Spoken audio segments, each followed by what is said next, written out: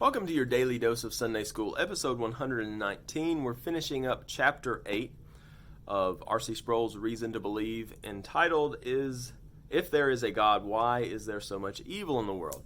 Having to do with the problem of evil. So, this is saying that God cannot exist with all his attributes consistently in a world with the magnitude of evil we see in our world. So, how can God, if God is perfectly loving and he knows everything, then he must not be powerful enough to stop evil. Or if God is all-knowing and all-powerful, he must not really care about all the evil in the world.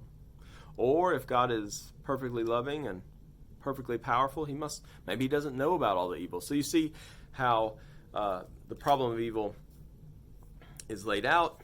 Now, we looked at several options that R.C. Sproul said those are not very good options, and I think we saw that. But one option, the final option we're going to give today, is more biblically based, which is to say, well, it's because Adam chose sin. For the philosopher, though, that becomes still kind of a head scratcher as far as, does that solve the problem? Adam was a free creature. He was not yet fallen. But if he was made upright, why wouldn't he have chose good if he was a righteous creature? But if he chose evil, does that mean he was bent towards evil? Why did he desire that and choose that? R.C. Sproul says this isn't really a satisfactory explanation either. That in some sense, it's a mystery as far as why Adam chose sin. You could say, well, of course, Satan was tempting him, but then you have to ask the same question for Satan. If Satan was free, he could have chosen good or evil. Why did he choose to sin? Why would that happen?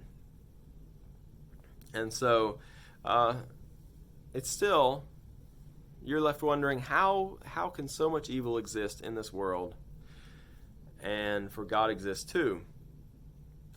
And so R.C. Sproul says there's no adequate solution, which is a pretty bold admission. Now, he does give two things that are helpful, but they still don't absolutely solve the problem. One is to understand the nature of evil. Evil is a privation. That means evil is a lack. So you could say that cold is not a thing. Cold is a lack of heat energy. Darkness is not a thing. Darkness is the lack of light. Evil is not a thing. It is a lack of good. But with all these, especially think about cold versus heat, cold can be deadly. Even though it's not a thing, even though it kind of is a thing, right? This absence of heat can kill you. Cold fronts are, if I'm correct, I'm pretty sure they are the high density fronts.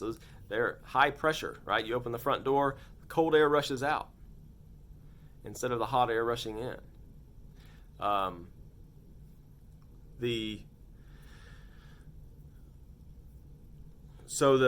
Even though cold is a lack of heat, cold things are still realities that have great effect in the world. Evil is a lack of good. We call it unrighteousness. We call it disobedience. It's the lack of good. And yet, evil is really terrible and destructive. But it kind of helps us to see that this is not... Evil is not the type of substantive thing that good is.